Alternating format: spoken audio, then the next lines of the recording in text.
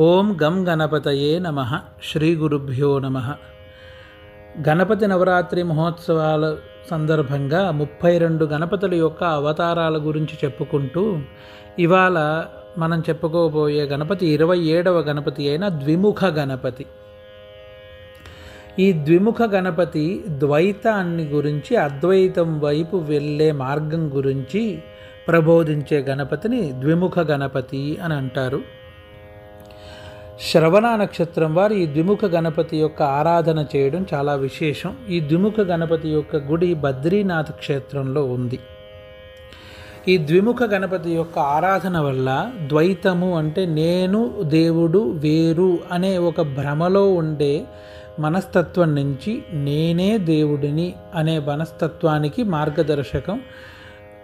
మార్గదర్శకం చేయగల గణపతి ద్విముఖ గణపతి. అహం బ్రహ్మాస్మి అనే పరబ్రహ్మవాక్యం ఏదైతే ఉందో ఆ పరబ్రహ్మవాక్యాన్ని ఉపదేశించే శక్తి, మార్గదర్శకం చేసే గురువు ద్విముఖ గణపతి.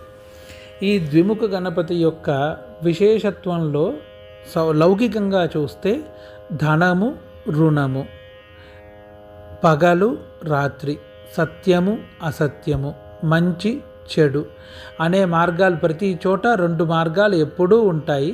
దాంట్లో సన్మార్గాన్ని, విజయ మార్గాన్ని పెంపొందించే లేదా చూపించే గణపతే ఈ ద్విముఖ గణపతి.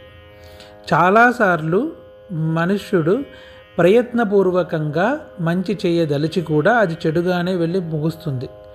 అలాంటప్పుడు ఈ గణపతి యొక్క ఆశీర్వచనం వల్ల ఆ చెడు కూడా మంచిలో పరివర్తన చెంది మంచి జరిగేటట్టు మార్గదర్శకం చేస్తుందన్నమాట. ఈ గణపతి యొక్క ధ్యాన శ్లోకం స్వదంత పాశాంకుశరత్నపాత్రం కరైర్దధానో హరినీలగాత్ర రక్తాంకుశో రత్నకిరీటమాళీ భూత్యై సదా మే ద్విముఖో గణేశ.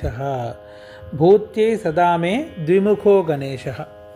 ఈ గణపతి ద్విముఖంగా, ఒకటి కుడివైపు ముఖము, ఒకటి ఎడమవైపు ముఖం